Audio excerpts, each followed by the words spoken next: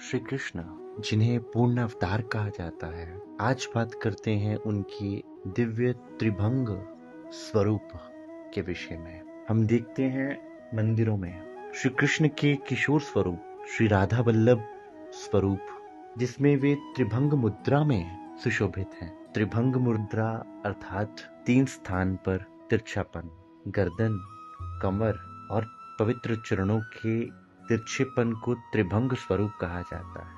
अगर इसको शास्त्रों और महापुरुषों की वाणियों के आधार पर समझा जाए तो ये भगवान श्री कृष्ण की त्रिधा लीला को दर्शाता है।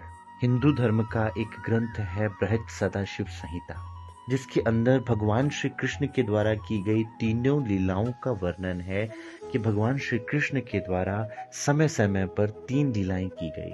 ठीक उसी तरह आलमनदार संहिता में भी इसी त्रिधा लीला का वर्णन है, जिसमें ब्रज की लीला को अलग से वर्णन किया गया है, वृंदावन की लीला को अलग से वर्णन किया गया है और तीसरी वास्तवी लीला का वर्णन अलग से किया गया है।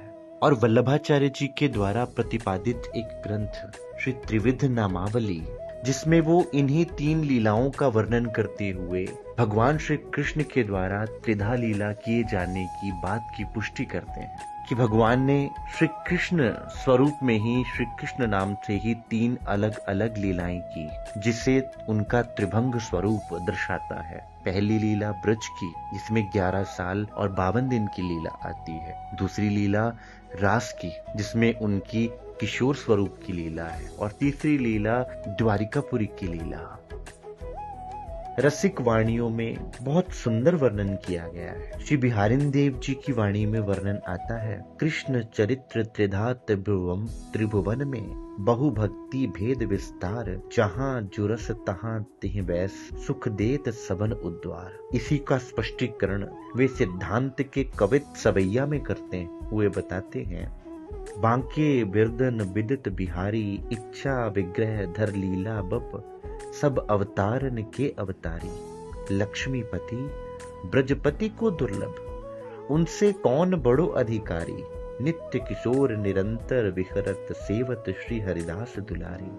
इन सब प्रमाणों से ये त्रिभंग स्वरूप की महिमा स्पष्ट होती है कि भगवान श्री कृष्ण ने समय समय पर श्री कृष्ण स्वरूप से 3 लीलाएं की हैं। पहली लीला ब्रज की, जिसमें अक्षरातीत उत्तम पुरुष पारब्रह्म के द्वारा लीला की गई। दूसरी लीला गोलोक की लीला और तीसरी लीला श्री वैकुंठ विहारी भगवान विष्णु की लीला कही जाती है।